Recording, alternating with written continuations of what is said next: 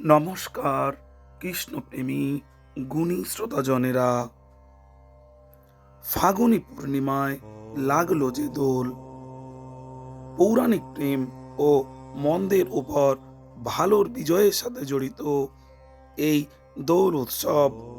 এটি মূলত ফাল্গুনী পূর্ণিমায় রাধা কৃষ্ণের ঐশ্বরিক প্রেম এবং বসন্তের আগমন উদযাপনের উৎসব। বাংলায় দোলযাত্রা নামে পরিচিত এই উৎসব রাধা কৃষ্ণের দোলনায় দুলন্ত মূর্তি পূজার সাথে পালিত হয়।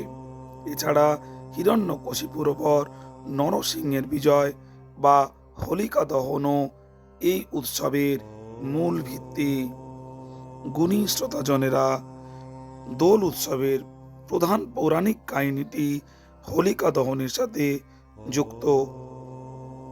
অসুর রাজা হিরণ্যকশিপু তার পুত্র প্রহ্লাদকে হত্যার জন্য বোন হোলিকার সাহায্য নিয়েছিলেন, কিন্তু পাপের প্রতীক হোলিকা আগুনে পুড়ে যান এবং ধার্মিক প্রহ্লাদ বেঁচে যান, যা মন্দের ওপর ভালোর জয়কে নির্দেশ করে।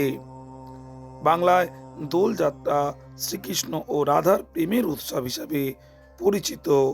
বিশ্বাস করা হয় যে রাধা কৃষ্ণ এই দিনে পরস্পরকে রং মাখিয়েছিলেন, যা বসন্তের রঙিন রূপকে ফুটিয়ে তোলে। দোল ফাল্গুন মাসে অনুষ্ঠিত হয়, যা বসন্ত ঋতুর সূচনা করে। এটি নতুন রঙে প্রকৃতি ও মানুষকে রাঙিয়ে তোলার উৎসব।